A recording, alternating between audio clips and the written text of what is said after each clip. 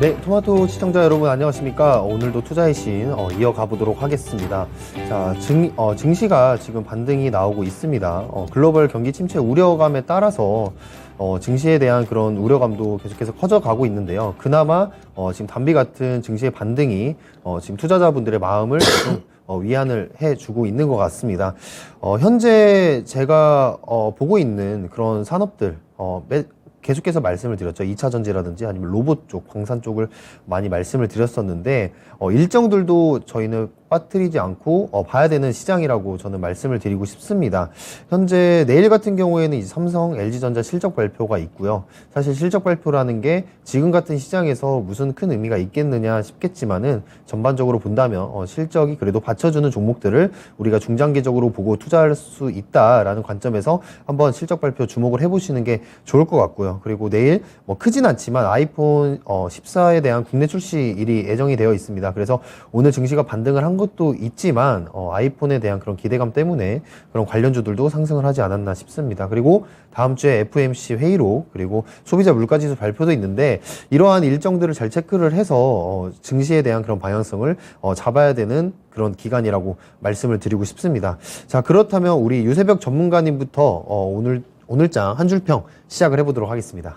네, 오늘 한 줄 평으로는 외국인들과 기관의 쌍끌이 매수로 이제 코스닥 시장이 이제 700포인트를 회복을 했다라고 하면서 1일 비하면 정말 안 되는 시장 흐름이겠지만 오늘 하루만큼은 그래도 좀 흐뭇한 하루였지 않나라고 말씀을 드리고 싶습니다. 물론 지금까지 너무나 힘든 시간 구간을 지나가고 있습니다만 앞서 언급드렸듯이 1일 비하면 안 되는데 그래도 오늘 기분이 좋더라고요. 이 빨간 시장을 보고 있으니까. 근데 좀 세부적으로 좀 보게 되면은 이제 달러원 환율이 1399원을 기록을 했습니다. 이 부분이 기폭제가 되지 않았나라고 보고 있고요. 그리고 국채금리 하락, 그리고 달러 인덱스의 하락, 이 약세 영향이 이제 외국인들의 수급을 좀 우호적으로 만들어준 하루였습니다. 근데 10월 들어서 이제 그 BDI 운임지수가, 국제 운임지수가 7% 넘게 급등하고 있는 중입니다. 거기에 따라서 해운업종들이 좀 강세를 보여주고 있는데, 이제 석탄이라던가 철광석, 그리고 이제 뭐 이런 주요 운송 품목들에 대한 글로벌 수요, 특히나 이 중국 쪽으로 수요가 아직은 견조하다는 반증이 될 수도 있어요. 그렇기 때문에 한번 좀 더 면밀하게 체크해 볼 필요가 있겠고, 해운주들이 계속적으로 이제 지속적으로 올라간다라는 부분은 이 BDI 지수라던가 다른 여타 지표들을 좀 체크를 하면서 대응을 해보자라고 말씀을 드리고 싶고요. 그리고 국제 펄프 가격, 그리고 이제 원달러 환율 상승에 따른 원가 부담이 커져가고 있죠. 여기에 따라 일부 종목들이 이제 제조업종들이 이제 그 원가 부담을 전가시키고 있는데 거기에 따라 가격 인상들을 단행을 하고 있습니다. 뭐 한솔재지, 무림페이퍼 등이 좀 강한 상승을 좀 보여줬는데 이와 관련해서 좀 한 번쯤은 관심은 가져보자. 다만 지금 투자의 적기라고 표현하기에는 지금 글로벌적으로 그리고 우리나라 증시뿐만 아니고 글로벌적으로 전부 다 좀 위축되어 있는 상황이니까 이 부분은 한번 참고를 해야 되지 않나라고 말씀을 좀 드리고 싶습니다. 그리고 이제 주목을 했었던 오펙 플러스에서 지금 11월부터 하루 200만 배럴의 원유 생산을 축소를 한다고 합니다. 이 수요가 어느 정도 일정하다는 가정하에서 단기적으로 이제 국제유가가 상승 압력을 좀 자극할 것 같은데 거기에 따라 이제 국제유가가 10% 가까이 급등을 하는 모습을 보여줬죠. 이 향후 기대 인플레 상승 그리고 소비심리 악화라는 이중고의 부담을 겪을 예정인데 이 바이든이 1천만 배럴 규모 전략 비축유를 방출 여부를 좀 결정을 한다고 합니다. 근데 이 양은 그렇게 큰 양이 아니거든요. 많은 양이 아닙니다. 며칠 못 버티는 그 정도의 양이다 보니까 이와 관련해서 에너지는 항상 주목을 해봐야 된다라고 말씀을 드리고 싶고 앞서 김영우 전문가님이 말씀해 주셨었던 2차 전지라던가 방산, 로봇 쪽 이쪽 신성장 동력이 있는 이쪽 섹터들은 계속적으로 우리가 예의주시하면서 매집의 기회로 활용을 해보자라고 말씀을 드리면서 한 줄 평을 좀 마치도록 하겠습니다. 그러면서 이제 김영우 전문가님 오늘 시장 어떻게 바라보셨는지 한 줄 평과 함께 코멘트 좀 부탁드리겠습니다. 네, 아까 제가 드린 말씀에 이은 또 멘트를 드려야 될 것 같습니다. 제가 오늘 준비한 한 줄 평은 강한 자는 살아남는다라는 말씀을 드리고 싶습니다. 제가 이 말씀드린 이 강한 자들, 강한 섹터라는 거는 어차피 커져야 될 산업들을 말씀을 드리고 싶은데 그 세 가지가 2차 전지, 로봇, 저는 세 번째로 방산이라고 말씀을 드리고 싶습니다. 방산 같은 경우에는 제가 이따가 미니 강의 때 좀 자세하게 설명을 드릴 텐데요. 먼저 2차 전지 관련해서는 가장 큰 이슈가 IRA 감축법이라고 생각을 합니다. 이 IRA 감축법에 대한 오늘 가장 큰 이슈가 나왔죠. 세부 규정을 만든다. 한국 의견도 수렴을 하겠다라는 얘기들이 나왔습니다. 원래 같으면 이제 한국산 전기차, 특히 한국에서 생산되는 전기차를 세제 혜택에서 제외하겠다는 그런 얘기들이 나왔는데, 제가 그때도 말씀드렸지만 이거는 단기적인 악재에 불과하지 않을까라는 말씀을 드렸습니다. 물론 지금 중간선거를 앞두고 있기 때문에 아무래도 이 중간선거 이후에 뭔가 세부 수정안이 발의가 되지 않을까 싶은데, 지금 당장은 일단은 한 고비를 넘겼다라고 저는 생각을 하고 있습니다. 그래서 이 IRA 감축법에 관련을 해서 이 북미에서 제조를 하는 그런 전기차 관련한 그런 규정들이 아마 최종 조립이 어디에서 일어나는가, 이 세부 규정을 뭔가 한국에 조금 유리하게 가져가지 않을까라는 생각을 하고 있습니다. 그래서 오늘 같은 경우에 사실 현대차랑 기아가 뭐 큰 상승세를 보여주지 못했지만, 이전에 IRA 감축 수혜자로 이렇게 갈 수 있는 그런 2차 전지 배터리라든지 소재 업체들은 오늘 강한 상승세를 보인 시장이었다. 즉 오늘의 증시, 오늘의 국내 증시를 이끄는 모습을 보였습니다. 그래서 여전히 지켜봐야 된다고 말씀드리고 싶고, 로봇 같은 경우에는 로보월드가 이제 26일부터 29일까지 킨텍스에서 개최될 예정입니다. 사실 지금 시장에 비해서 이러한 국내 이벤트가 큰 증시에 뭔가 도움이 될까 싶겠지만, 어찌됐든 우리는 로봇 산업에 대한 그런 캐파 확장을 좀 기대를 해볼 필요가 있다. 그래서 이번에 열리는 그런 로보월드에서 뭔가 그 투자 아이디어를 얻을 수 있지 않을까라는 말씀을 드리고 싶어요. 그래서 지금 현재 커져가고 있는 그 로봇 산업 중에서 지금 미중 갈등 안에 수출길이 열릴 수 있는 그런 중소기업들이 굉장히 많이 있다고 보시면 되겠습니다. 그래서 중국의 그런 캐파, 중국의 포지셔닝을 우리가 뺏어올 수 있는 그런 기회의 찬스이기 때문에, 사실 이런 시장에도 임에도 불구하고 로봇 주가들이 단기적인 상승 추세를 여전히 이어가지 않나, 이렇게 말씀을 드리고 싶습니다. 그리고 마지막으로 로봇 같은 경우에 이제 감속기 부분을 여전히 지켜봐야 된다라고 말씀드리고 싶고요. 방산 같은 경우에 제가 이따가 준비한 미니 강의 때 제가 좀 더 자세하게 말씀을 드리도록 하겠습니다. 어찌됐든 강한 자들이 살아남고, 투자자분들도 마찬가지라고 생각을 합니다. 이때 멘탈 관리를 확실하게 하셔야 된다. 이럴 때 좀 조급한 마음으로 어떤 테마주라든지 급등주에 좀 휩쓸려서 고점에 물리시는 경우는 꼭 없어야 된다고 말씀드리고 싶고요. 만약에 그쪽으로 접근을 하신다면 최대한 폭락이 나오되 재료가 살아있는 종목, 특히 재무적으로 살아있는 종목을 건드셔라라고 말씀을 드리고 싶고요. 제일 좋은 거는 펀더멘탈이 살아있고 앞으로도 커져가야 될 그런 산업들을 이렇게 투자를 하셔야만 스스로가 강한 자가 될 수 있다라는 말씀을 마무리하면서 이렇게 한 줄 평 마무리 해보도록 하겠습니다. 자, 그러면 지금부터는 참여 방법에 대해서 말씀을 드리도록 하겠습니다. 자, 전화 상담으로는 02-3252-8200을 전화 주시면 저희 유세백 전문가, 김영우 전문가가 같이 정확한 종목 분석 도와드리도록 하겠고요. 유튜브 채팅도 준비되어 있습니다. 자, 종목명, 매수가, 비중, 그리고 궁금한 점까지 남겨주시면 이 부분까지 저희가 자세하게 안내를 해드리도록 하겠습니다. 자, 그러면 지금부터 종목 분석 시작을 해보도록 하겠습니다.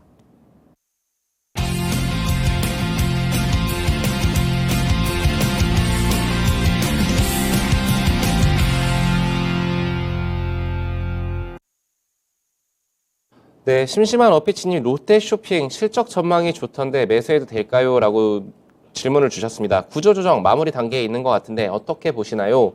라고 말씀을 주셨어요. 근데 이 롯데쇼핑 같은 경우는 대표적인 뭐 리오프닝 관련주이기도 하면서 지금 효율성 개선이 효과가 지금 가시화되고 있는 상황입니다. 긍정적인 측면만을 말씀을 드리자면은 지금 이커머스 시장에서도 지금 적자폭이 좀 이제 축소가 돼가고 있는 그런 시점이고, 턴키를 가지고 있다라고 생각은 합니다만, 지금 글로벌적인 이 위축 단계에서 지금 투자가 공격적으로 들어가도 될까는 한 번쯤 생각을 해봐야 되지 않나라고 말씀을 좀 드리고 싶어요. 차트를 한번 쭉 줄여보게 된다라고 하면은 지금 바닥권에 있는 것은 누구도 부정할 수 없는 사실이지만, 지금 이렇게 지금 그 18년도부터 쭉 지속적으로 하락 추세를 벗어나지 못해주고 있습니다. 지금 단기적으로 보더라도 주가는 탄력받고 올라가려는 움직임보다는 하방 압력을 좀 더 받고 있습니다. 그래서 저라고 한다면 굳이 매수 타이밍은 이 97,000원대 10만원까지 올라오는 이 길목에서 기다리고 있다가 따라서 편승에 들어가도 괜찮지 않나라고 말씀을 좀 드리고 싶어요. 그리고 이제 그 실적은 점점 좋아질 겁니다. 좋아질 거라고 생각을 하고 있고 거기에 따라 주가가 당연히 올라와야 되겠죠. 지금 재물을 좀 보게 됐었을 때 20년도 대비해가지고 21년도는 영업이익이 굉장히 안 좋았습니다. 그리고 당기순이익 같은 게 적자를 기록을 했다가 이제 22년도에는 개선이 되고 있습니다. 이 특히나 주목을 해봐야 되는 점들이 이제 배송 시스템 개편 등으로 배송 시스템 개편 등이 이루어지고 있고 이제 그 추가적인 연결 실체 수익성이 개선이 가능할 것으로 보여지는데 근데 지금 이제 이마만큼 컨센에 부응하는 그런 이 실적을 내줘야 되지 않을까라고 보고 있고요. 지금 현재 저라고 한다면은 이쪽보다는 다른 섹터, 특히나 2차 전지 쪽이나 방산 이쪽으로 오히려 매수의 기회를 삼아야 되지 않나라고 말씀을 드리고 싶고 굳이 이 종목을 들어가셔야겠다라고 하신다라고 하면은 저는 이 가격 전략을 85,000원 기준 잡고서 들어가셔야 되지 않을까라고 말씀을 드릴게요. 물론 이 부분 85,000원 밑에 이탈했었던 이 부분 같은 경우는 언더슈팅이라고는 볼 수는 있겠지만 이 자리가 무너진다라면은 6만 원까지도 밀릴 수 있다라는 점은 참고해서 85,000원에서 9만 원 단 분할 매수로 했다가 10만 원 올라가는 길에 추가적으로 더 불타기를 하는 거죠. 그러면서 11만 원, 12만 원까지 바라보자라고 말씀을 드리겠습니다. 네, 다음 종목 말씀드리도록 하겠습니다. 네, ST팜 문의해 주셨네요. 우리 담빛고양님께서 매수 문의를 해주셨는데요. CGMP 인증을 획득해서 미국의 산업화 물량 수출도 가능해졌고 상업화 성공하면 주가 튀어오르지 않으려나요? 하면서 저희 이름을 콕 집어서 말씀을 해주셨습니다. 네, 일단 감사드리고 네, ST팜 같은 경우에는 지금 말씀하신 대로 이 CGMP 인증을 아시아 최초로 획득한 게 가장 큰 재료임에는 분명합니다. 그래서 이 FDA의 올리고 제조소에 관련한 CGMP 인증을 획득을 했는데 사실 상업화에 대한 그런 부분들이 모멘텀이 굉장히 크다라고 말씀을 드리고 싶어요. 사실 ST팜 같은 경우에는 지금까지는 이 미국 시장의 임상용 올리고액산 치료제 원료 의약품만 수출이 가능한 부분이 있었는데 이번에 이런 승인을 획득을 하면서 상업화 물류 수출까지 가능해졌다. 그런데 저는 이런 말씀을 드리고 싶습니다. 그러한 부분들이 아마 주가가 선반영이 좀 되지 않았나. 특히나 8월 달에 이런 주가의 단기적인 반등에서 이런 모멘텀이 좀 선반영이 되었다라고 말씀을 드리고 싶은데요. 시장이 아무래도 좋지 않다 보니까 이런 모멘텀이 계속해서 이어지는 모습은 보여주지 못했습니다. 자, 그렇다면 이 ST팜의 주가 바닥은 어디인가라는 부분이 가장 궁금하실 것 같아요. 근데 사실 이런 시장에서 바닥을 이제 한정 짓는다는 것은 굉장히 좀 위험한 일이죠. 하지만 제가 이 ST팜에 긍정적으로 보고 있는 부분은 두 가지입니다. 지금 같은 시장에서 이 바이오주들 아니면 다른 관련주들 마찬가지로 이 매물대가 무너지는 경우가 굉장히 많았습니다. 그런데 이 매물대에서 지금 반등이 나와주고 있는 모습을 보아하니 이러한 모멘텀이 아직까지도 저는 살아있다라고 보고 있고요. 두 번째로 이 기업적인 이런 매출 측면에서 한번 보셔야 될 것 같아요. ST팜 같은 경우에는 바이오주들 중에서도 영업이익이 흑자로 계속해서 나고 있는 그런 기업이다라는 부분에 주목을 해볼 필요가 있을 것 같습니다. 그리고 두 번째로 이 컨센서스도 계속 추정치를 상향 조정을 하고 있다. 이런 부분도 굉장히 의미 있는 부분이라고 말씀을 드리고 싶은데요. 이 올리고 CDMO에 대한 경쟁력이 전 세계적으로 인정받고 있는 기업이기 때문에 저는 바이오들 중에서 뭔가 한 방을 노리다기보다는 실적을 기반으로 해서 올라갈 수 있는 기업이 바로 이 ST팜이다라고 말씀을 드리고 싶습니다. 특히 RNA에 관련한 이 최대 수혜주로서 이 글로벌 1위 생산 능력을 보유하고 있는 기업이기 때문에 다른 바이오주들과는 좀 성격이 다른 종목이다라고 말씀을 드리고 싶습니다. 하지만 지금 같은 시장에서 무턱대고 매수를 하다가는 결국에 이 소비 여력에 대한 이런 부분들도 생각을 하셔야 됩니다. 그래서 지금 이 단기적인 반등이 나왔던 78,000원 선에서부터 저는 매수가 유효하다고 말씀을 드리고 싶은데 사실 지금 같은 시장에서는 무조건 저는 분할 매수가 필수적이다라고 말씀을 드리고 싶습니다. 그래서 저는 78,000원에서부터 55,000원 라인까지 분할로 매수를 해서 가져가 보신다면 내년 상반기가 지나고 하반기 때 한 번 더 주가가 튀어오를 수 있는 부분이 가장 큰 포인트가 될 수 있지 않나 말씀을 드리고 싶고요. ST펀드 같은 경우에는 일단은 거래량이 지금 별로 크게 나오지 않는 모습이에요. 특히 거래량이 지금 같은 시장에서 없는 경우에 이 매물대를 무너뜨리고 크게 내려올 수 있습니다. 그래서 제가 제시해드린 78,000원 1차 라인에서 비중을 크게 실으시지 마시고 내려올 때마다 사신다는 생각으로 비중을 가져가시길 바라겠고요. 78,000원에서 6만원 아래 하단까지 매수 시점을 보시면 되겠다라고 말씀을 드리도록 하겠습니다. 네, 유튜브에서 꽃방울님, 한국조선해양 관심 가는데 매수를 해볼까요? 라고 남겨주셨습니다.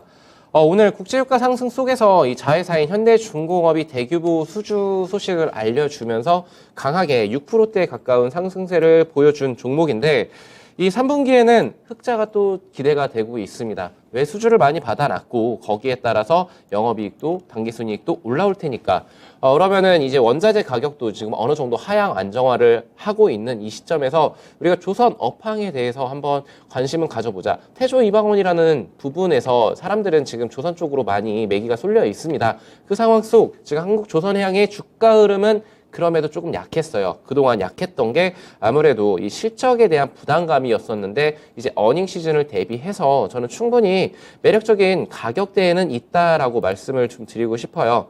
그래서 이 8만 원대 돌파 안착을 해준다라면은 저는 충분히 주가 상승 여력 10만 원 그 이상도 바라볼 수는 있겠지만 이렇게 좀 강한 시장 흐름이 아닌 이상 좀 약하게 짧게 좀 챙기고 나오시는 전략을 좀 말씀을 좀 드려볼게요.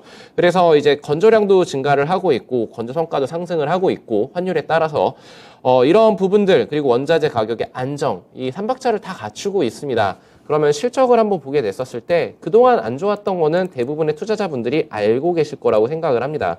근데 차트가 지금 잠깐 뭉그러졌는데 네, 수급 상황도 오늘 외인 기관 같이 들어왔고 하기 때문에 저라고 한다면 지금 현 시점 저는 공격적인 풀베팅보다는 꽃방울님 제가 기억하기로는 100% 이렇게 풀베팅 하시는 분으로 알고 있는데 이제 8만 원이라는 가격대를 좀 지켜주면서 좀 안정적으로 매매를 하시는 게 어떨까라고 의견을 좀 드리고 싶습니다. 근데 이 10만 원 가는 길에도 9만 원대의 매물대가 많기 때문에 매물 소화 과정은 어느 정도 지켜줄 것이라고 보는데 외인 기관의 이 한 방이 결국에는 이 완벽한 그런 좀 물량들이 좀 터져줘야 되지 않을까라고 말씀을 좀 드리겠습니다. 네, 다음 종목 보도록 하겠습니다. 우리 DI 문의를 해주셨는데요. 우리 그레이그레님께서 DI 물렸다. 그래요. 냉철한 분석 부탁한다. 그래요. 네. 냉철한 분석 일단은 말씀을 드리도록 하겠습니다. 네, DI 같은 경우에는 지금 일단 시가총액이 1,380억 정도 됩니다. 1,400억 가량 되는데 사실 이런 시장에서 DI 같은 종목들이 사실 매물대가 무너뜨리기 쉽다. 아까 이제 ST판과 좀 다른 흐름을 보이고 있죠. ST판 같은 경우에는 이런 매물대에서 좀 버텨주는 모습을 보였는데 이런 매물대까지 지금 무너뜨리고 아래에 지금 하단 매물대로 지금 내려앉은 모습을 보여주고 있습니다. 그래서 굉장히 심려가 좀 깊으실 거라고 생각을 해요. 근데 지금 이 DI가 하고 있는 일에 대해서 말씀을 드리고 싶습니다. DI는 결국에 반도체 쪽입니다. 반도체 검사 장비, 초정밀 시험 장비를 제조하거나 아니면 수입업을 영위를 하는 부분입니다. 결국에 이 반도체 쪽이 사업 비중이 높다는 거죠. 그럼 지금 반도체 업황이 어떤가요? 반도체 업황이 좋지는 않습니다. 자, 그렇다면 이 장비 업체들 같은 경우에는 이 반도체 업황이 계속해서 좋아지면서 신규 공장에 대한 증설이 가장 큰 모멘텀이다라고 보시면 될 것 같습니다.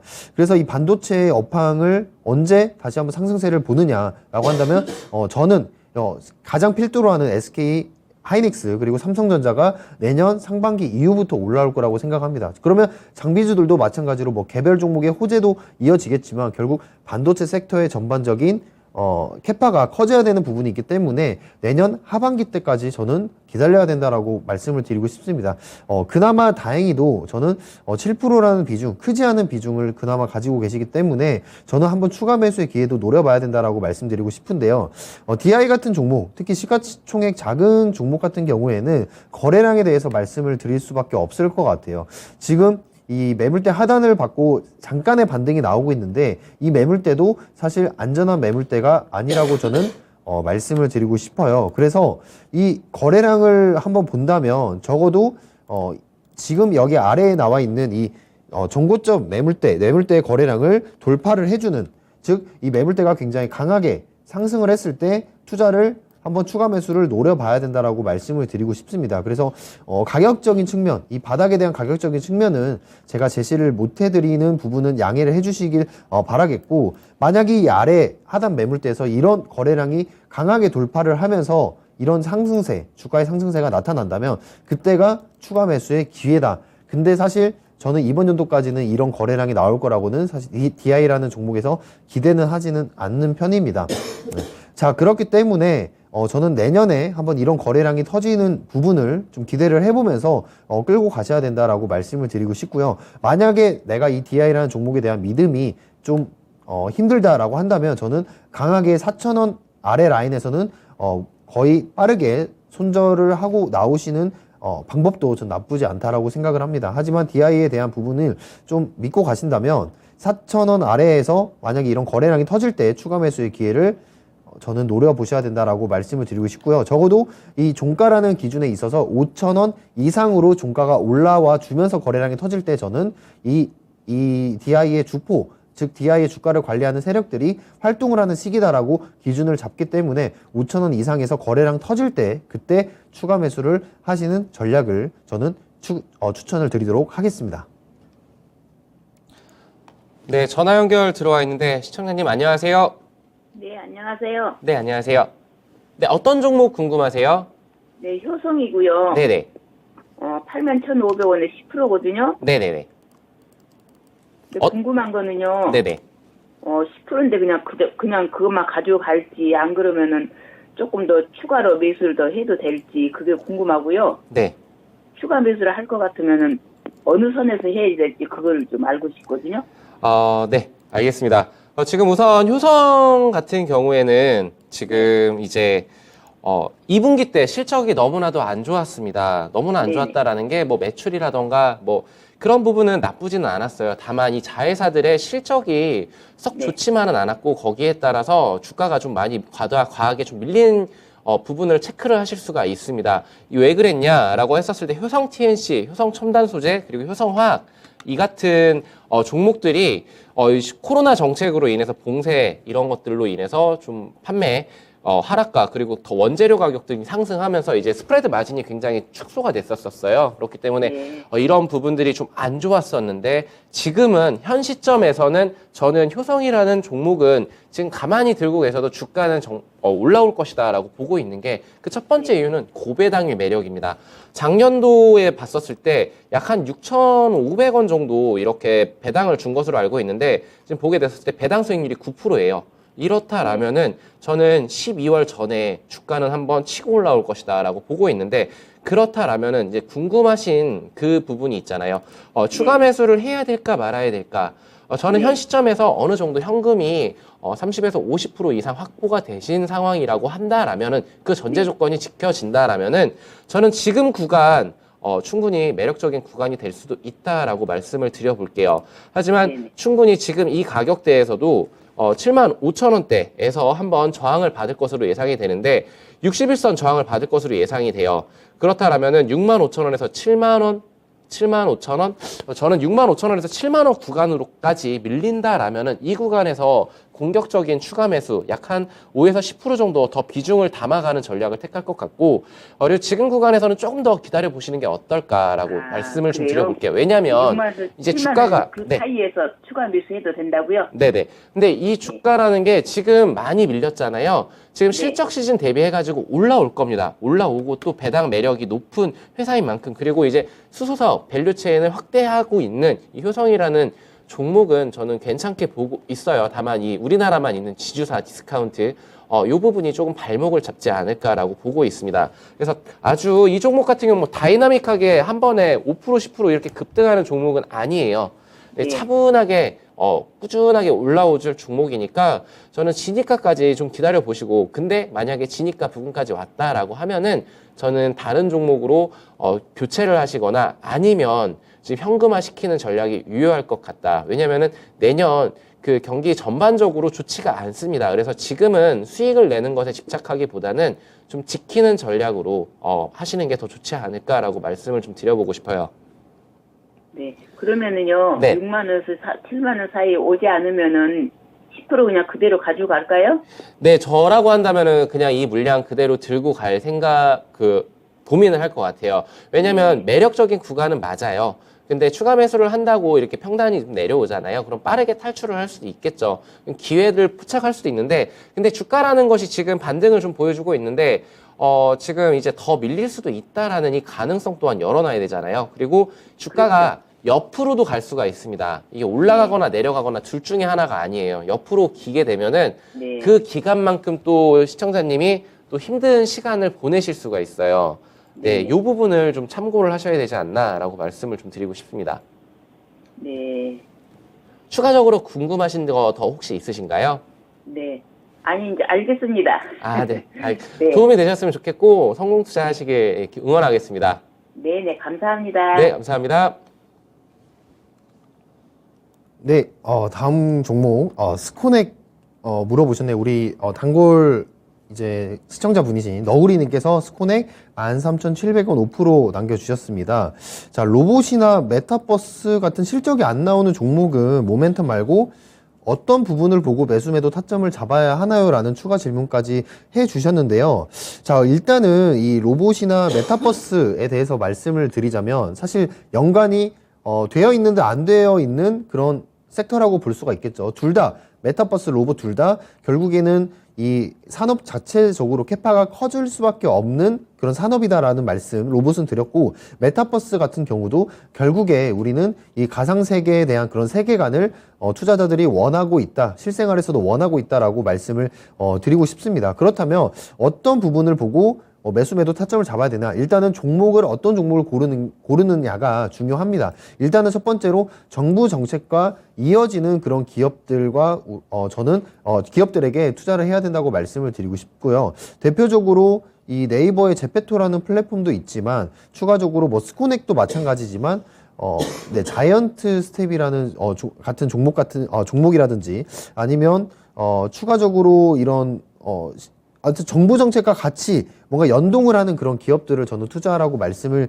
드리고 싶습니다. 특히나 이제 뭐 카카오와 관련해서는 제가 뭐 바이브 컴퍼니라는 종목을 한 번 더 좀 유심하게 보고 있거든요. 왜냐하면 카카오의 지분을 가지고 있는 그런 기업이기 때문에 언제 한번 바닥을 잡고 올라갈지 그런 부분들을 좀 주목을 해보고 있는데, 대기업이라든지 아니면 정부 정책과 같이 뭔가 협업을 진행을 하고 있는, 특히 기술력을 가지고 있는 그런 기업들을 저는 일단은 매수를 해라 라는 말씀을 일단 첫 번째로 드리고 싶어요. 근데 스코넥을 넘어가서 말씀을 드리면 스코넥이 굉장히 하고 있는 일들이 메타버스와 정말 근접한 일들을 많이 하고 있습니다. 특히 이런 시장에서 지금 13,700원의 수익권에 들어선다는 거는 굉장히 좋은 투자 모멘텀을 가지고 가신다라는 말씀을 드리고 싶고, 실력도 굉장히 출중하시다라는 말씀을 드리고 싶은데, 이 스코넥 같은 경우에는 이 XR 교육이나 훈련 사업을 하고 있습니다. 자, XR, AR, VR 같은 경우에 메타버스에서 없어서는 안 될 필수 기술이라고 말씀을 드리고 싶은데,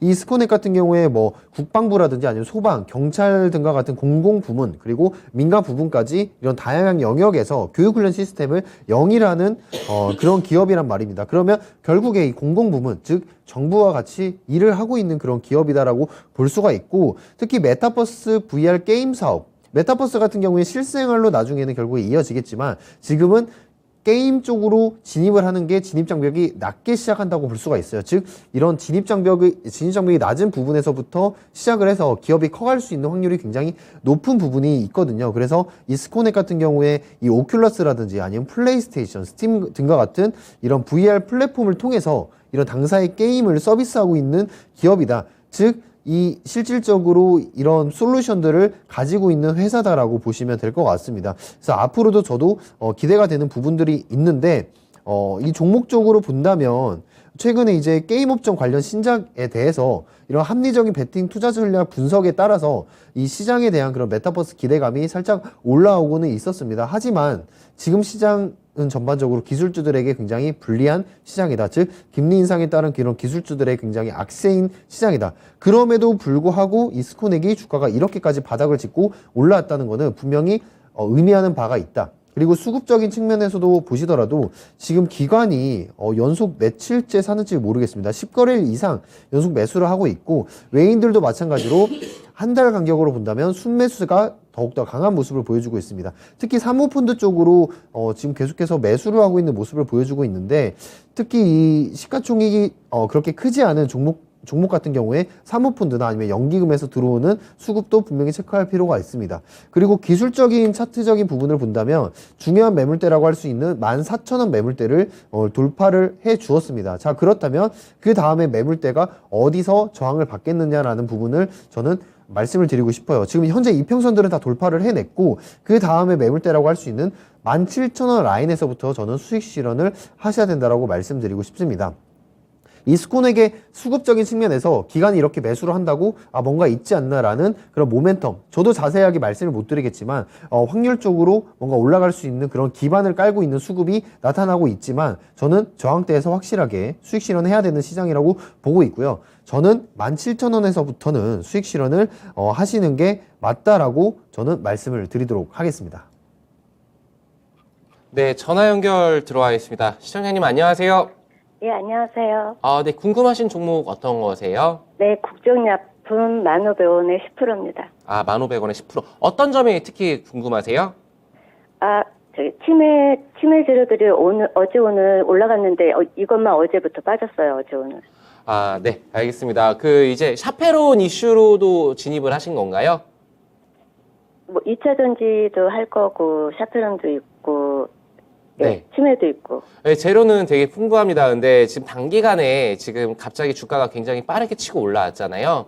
그래서 이 일부 물량들이 차익 실현으로 이렇게 출회가 되면서 이렇게 주가가 좀 세게 밀린 것 같습니다. 근데 이제 진입하신 가격이, 저는 지금 시청자님 통화를 하다 보니까 차트를 어느 정도 보실 줄 아시는 분으로 판단이 돼요. 왜냐면은 이 돌파 매매 좋아하시는 분들이 좋아하는 자리였거든요. 1,500원이라는 가격대는 지금 이 자리만 돌파를 해준다라면 이라는 기대감으로, 그러면 바로 슈팅 파동이 이렇게 나올 것이다, 시원하게 치고 갈 것이다 라고 생각하시면서 한 15,000원대 혹은 20,000원까지도 좀 바라보고 들어가셨을 거라고 생각은 하는데, 자, 차트를 한번 확대해서 보도록 할게요. 지금 주가가 굉장히 탄력적으로 움직였습니다. 6월부터 지금 9월까지 계단식으로 상승을 해주는 추세를 이어가는 모습을 보였는데, 오늘은 주가가 대부분의 종목들이 올라감에도 불구를 하고 이 국전약품만큼은 21선을 이탈을 했습니다.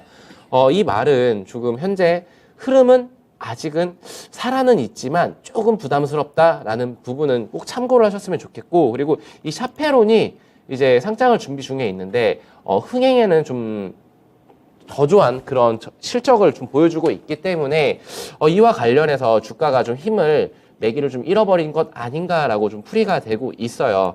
그래서 이제 2차 전지 전액 원료 개발에 주력하는 뭐 이런 부분도 지금 투자를 하고 있고, 그리고 뭐 이제 치매 관련해서도 굉장히 재료가 크죠. 재료가 큰데 저는 지금 현 시점에서 바이오 제약 이쪽 관련해가지고 2차 전지 재료는 다양하고 좋은데 지금 이것이 정말 가시권에 들어왔는가를 봤었을 때 어닝 시즌 대비해서는 조금은 점점점이라는 저는 의문점이 들고 있습니다.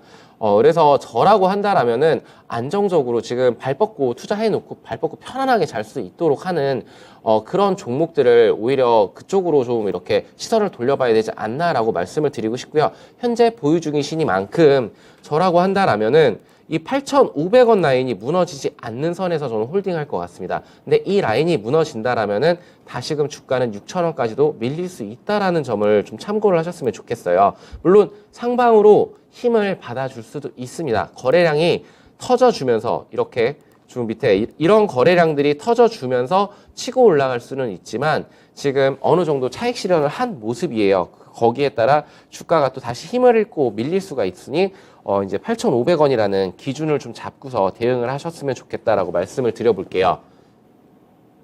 혹시나 더 궁금하신 거 있으신가요? 그러니까 이달에 샤페론이 상장한다고 했는데 상장 전에 팔아야 되는 거죠?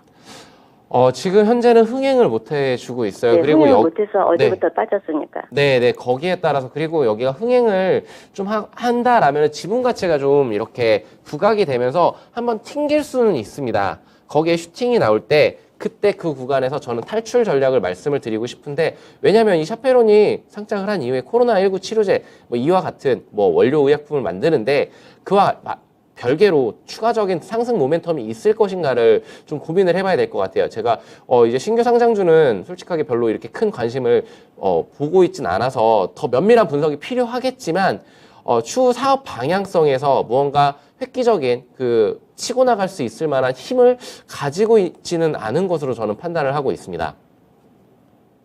혹시 답변이 알겠습니다. 되셨을까요? 네, 알겠습니다. 감사합니다. 네, 좋은 결과 있으시길 바라겠습니다.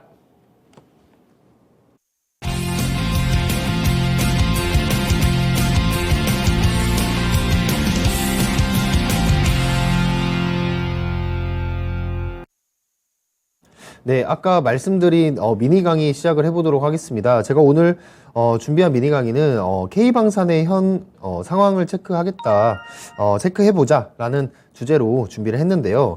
자, 일단 첫 번째로 이 전쟁에 대한 패러다임이 변하고 있다라는 부분을 말씀을 드리고 싶어요. 여러분들도 많이 느끼셨을 것 같습니다. 지금 러시아, 우크라이나 전쟁 사태, 사실 처음에 이게 설마 러시아가 침공을 하겠어라는 생각을 가지신 분들이 많았지만 결국에 침공을 했고 지금 핵 얘기까지 나오고 있는 그런 모습입니다.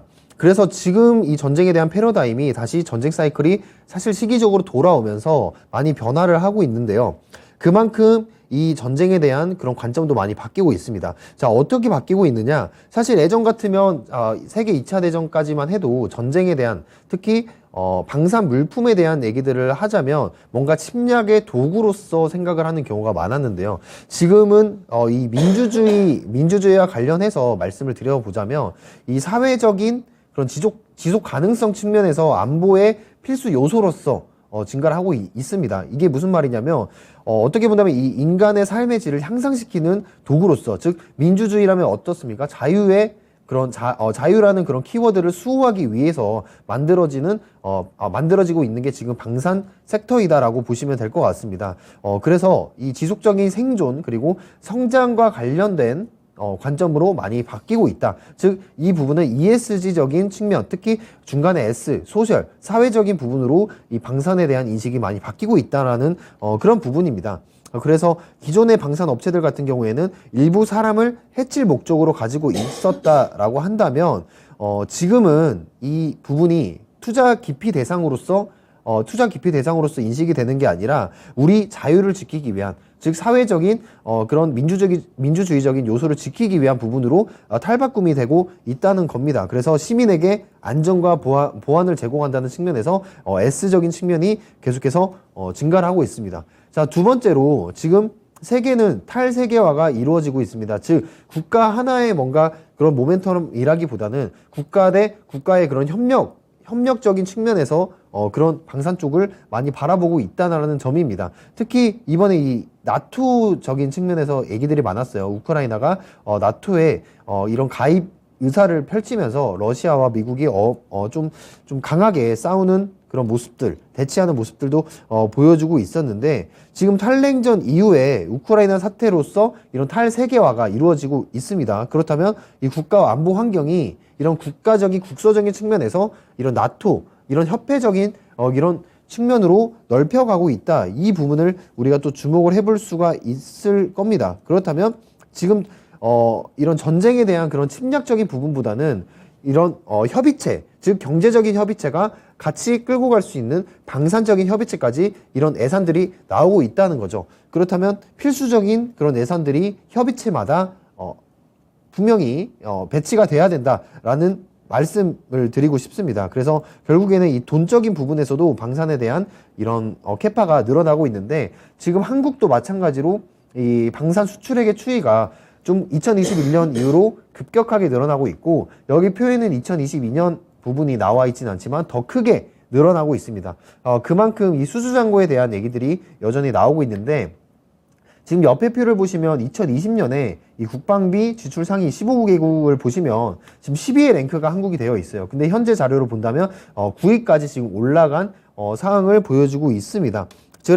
그래서 향후 잠재적인 위협에 좀 대처를 하기 위해서 지금 유럽 지역, 특히 유럽 지역 같은 경우에 국방부의 지출이 큰 폭으로 증가를 할 것이다. 그리고 지금 러시아 우크라이나 전쟁으로 인해서 동유럽 국가들의 그런 방산 물품에 대한 그런 비축량이 많이 줄어들고 있습니다. 자, 그렇다면 거기에 있어서 우리 K방산이 침투할 수 있는 여력이 계속해서 늘어나고 있다는 부분에 굉장히 큰 모멘텀이 된다. 특히 동유럽 중에 폴란드에 수출을 했던 그런 기점을 기반으로 해서 인트리거 교두보가 마련될 것으로 지금 보이고 있고, 특히 이제 이 중동부 유럽 내 국가들이 적극적으로 우크라이나의 지원에 나섰기 때문에 이 물자들을 채우기 위해서 어떤 나라들이 방산 물품을 사들일까 한다면 우리 K방산 물품들이 지금 가장 탑픽으로 올라가고 있다라는 부분들을 살펴볼 수가 있습니다. 네, 자, 그래서 K방산에서 우리가 주요 방산 수출 현황을 살펴보면은 뭐 K9 자주포라든지 아니면 KA1 아니면 T50 고등훈련기와 같은 이런 완제기부터 시작을 해서 이런 탱크, 그리고 이런 탄약까지 전반적으로 지금 수출 품목이 나타나고 있는데, 제가 지금 기대를 하고 있는 부분은 어떤 부분이냐, 이번에 하나 디펜스에서 가장 기대를 했던 레드백 장갑차에 대한 얘기를 잠깐 해드리고 가야 될 것 같습니다.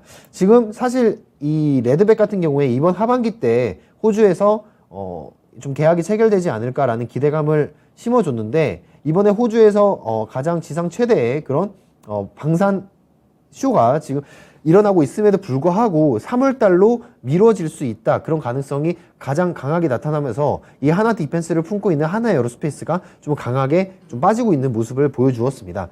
자, 그렇다면 이때가 매수 기회다라고 말씀을 드리고 싶어요.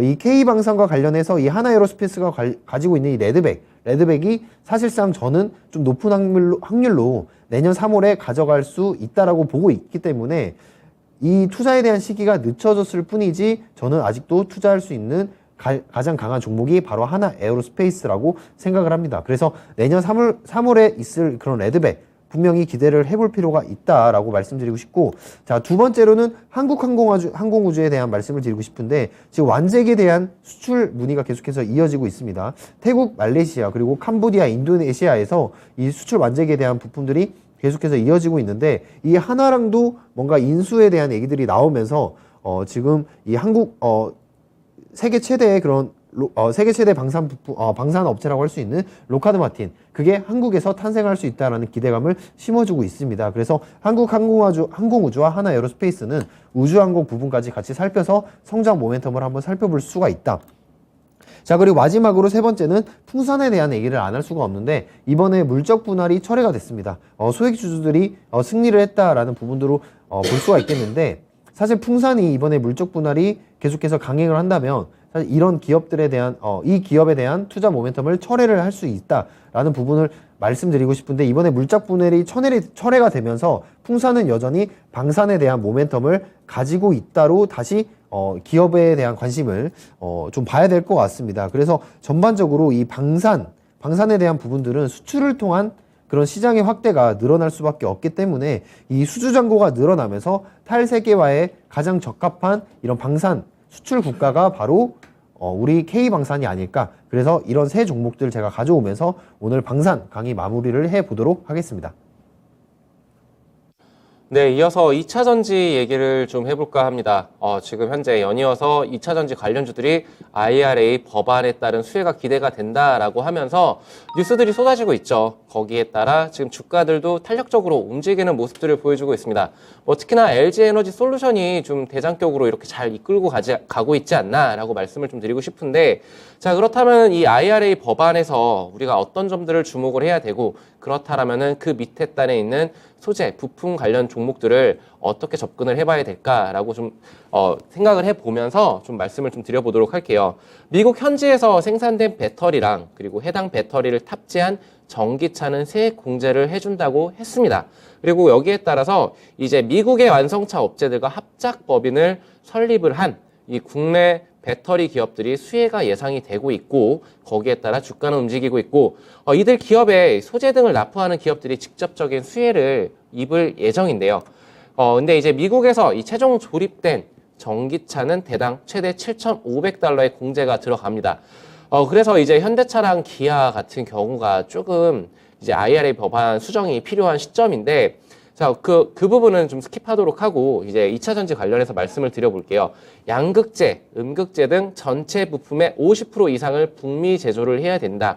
최근에는 뭐 이런 이슈도 있었습니다. LNF 북미로 나가는 것들을 정부에서 막았는데 그만큼 우리나라 기술력이 탁월하다라는 부분은 이제 시청자님들도 다 알고 계실 거라고 생각을 합니다.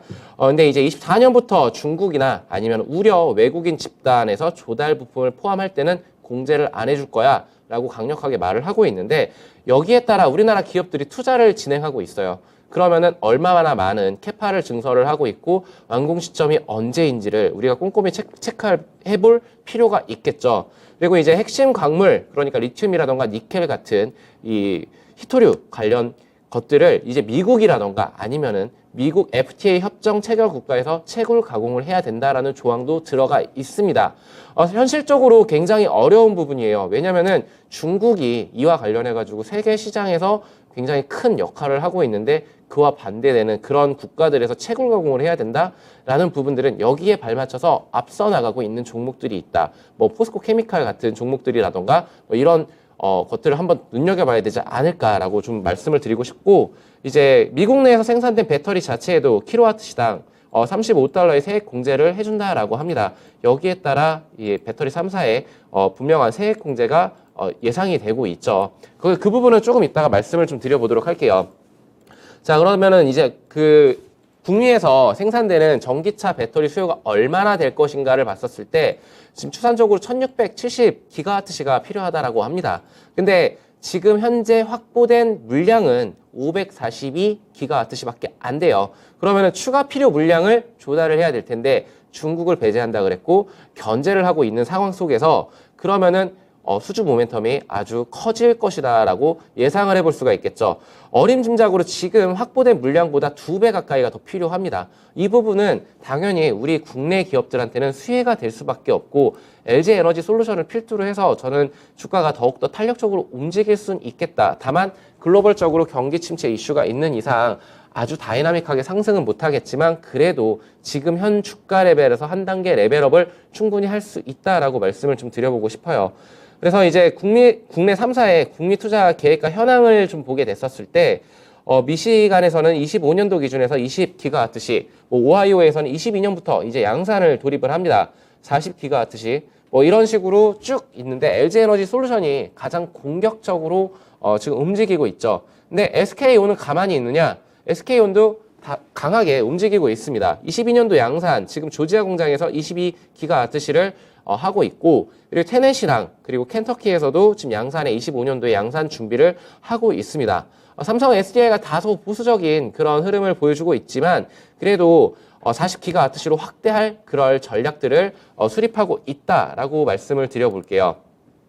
자, 시작되고 있는 수주 모멘텀과 세액 공제에 따른 이익 증가를 봤었을 때 LG에너지 솔루션을 한 종목만을 좀 말씀을 드려볼게요. 캐파가 230기가와트시까지 늘어나는데 25년도 기준입니다. 셀 같은 경우에는 45kWh를 하는데 텍스 크레딧이 1,350밀리언 달러로 이렇게 예상이 되고 있습니다. 그렇다면은 이 부분은 세액 공제를 받는다라는 거는 이익단이 당연히 올라간다라는 것. 그리고 지금 매출은 당연히 늘어날 수밖에 없겠죠. 근데 세액 공제까지 받으면서 영업이익이 굉장히 좋아지겠네, 마진율이 좋아지겠네 라고 예상해 보실 수가 있습니다. 자, 그럼 다음 슬라이드로 넘어가서 K배터리 소재 북미 진출 현황 및 계획을 보게 됐었을 때 이 3사만 있느냐가 아닙니다. 에코프로비엠, 포스코 케미칼, LNF, 엔캠, 동아일렉 밑에 있는 종목들 다 따라갈 수밖에 없죠. 왜? 만들려면 미국에서 다 만들어야 되니까. 대표적으로 제가 지금 현재 주목하고 있는 종목 같은 경우에는 에코프로비엠도 될 수 있겠고, 포스코 케미칼, LNF, 양극과 음극을 다 하고 있는 포스코 케미칼 같은 경우는 GM과 이 캐나다의 양극재를 설립을 합니다. 그러면 25년도에는 3만 톤의 양산 계획을 생각하고 있고, 내가 만약에 이 종목들을 2차 전지주를 담고 있는 상황이다라고 하신다라면은 이런 양산 계획이 언제 구체화되고 언제 공장 가동이 들어가는지에 따라 주가의 방향성이 확연하게 달라질 수가 있으니까 그런 점들을 유심히 좀 체크를 해보자라고 말씀을 드려볼게요. 근데 이 좋은 점만 있느냐를 봤었을 때 저는 우려스러운 부분도 있다라고 말씀을 드리겠습니다. 미국에서 이 자국 중심으로 중국을 견제하면서 공급망을 강화하고 있는 것은 사실이지만 중국도 이제 글로벌적인 점유율에서는 압도적입니다. 왜냐하면 자국 시장이 워낙 크기 때문에라고 말씀을 드려볼게요.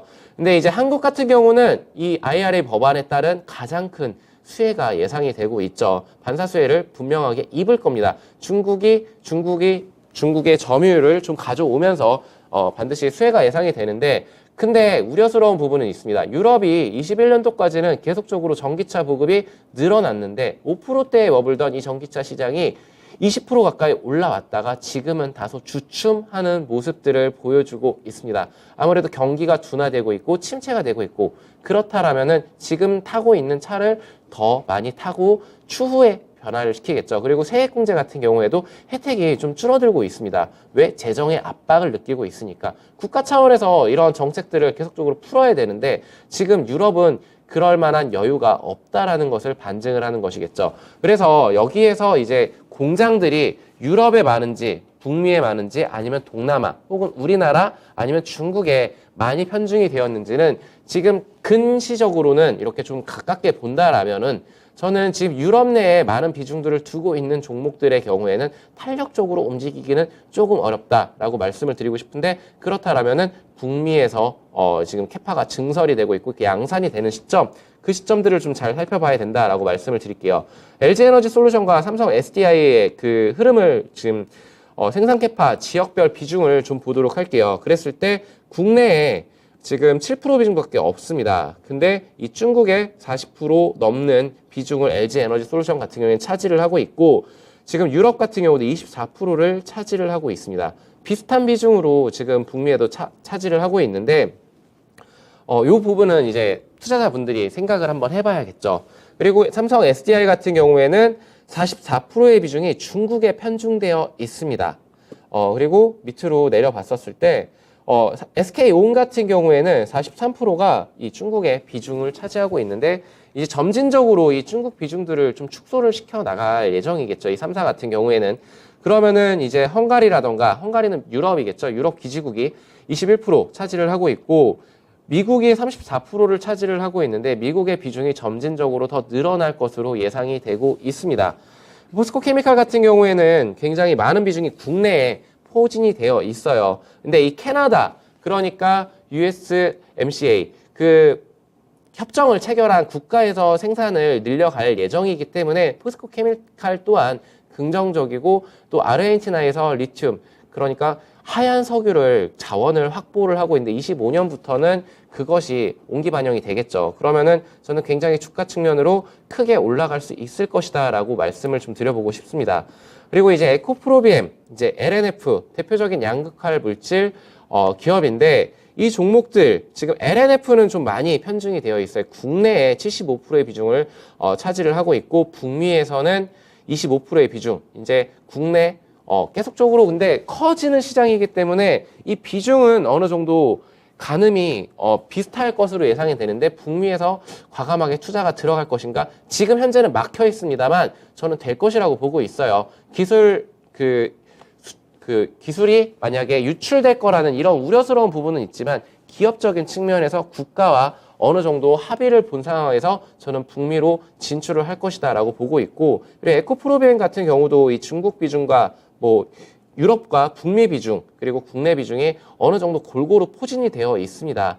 포드의 대표 CEO까지 찾아와가지고 우리한테 어느 정도 물량을 주세요라고 이렇게 오는 그런 어느 정도의 갑질의 위치에 있는 우리나라 기업들을 봤었을 때, 저는 지금 현재 시점 우리나라 2차 전지 업황이 전반적으로 좀 밀려줬는데 저는 매수의 기회였다라고 보고 싶고, 그렇다라고 공격적으로 들어가기에는 매크로적인 환경은 좀 다소 부담스럽다. 그리고 유럽발의 그런 둔화 조짐이 조금 우려스럽다. 그러니까 선별적으로 저는 계속 근시적으로 그리고 멀리 봤었을 때 투자의 방향성을 한번 점검해보고 가자라고 말씀을 드리면서 오늘 미니 강의는 마치도록 하겠습니다. 네, 오늘 투자의 신 이렇게 마무리를 해보겠습니다. 지금 앞으로 뭐 CPI 발표라든지 아니면 FOMC 회의록도 있지만, 지금 오늘 같은 경우에 지금 신규 실업수당 청구 건수가 예상치보다 지금 상회를 하면서 사실 이 미증시에서 하나 믿을 거는 소비 여력이라든지 아니면 고용시장이 좀 믿을 만한 그런 포인트였는데 그 부분이 생각보다 안 좋게 나와서 좀 걱정이 되는 시장입니다. 그럼에도 불구하고 이런 시장임에도 불구하고 우리 토마토 시청자분들께서는 현명하게 이런 멘탈을 강화하는 시간으로서 가져가시면 어떨까라는 말씀을 드리고 싶습니다. 자, 그러면 오늘 투자의 신은 여기서 마무리를 하도록 하겠고요. 우리는 2부, 투자의 신 2부에서도 이어지니까요. 많은 투자 모멘텀 가져가시면 좋을 것 같습니다. 항상 주식시장에서 성공 투자하시는 시청자분들 되시면 좋겠습니다. 이상 마무리하겠습니다. 감사합니다.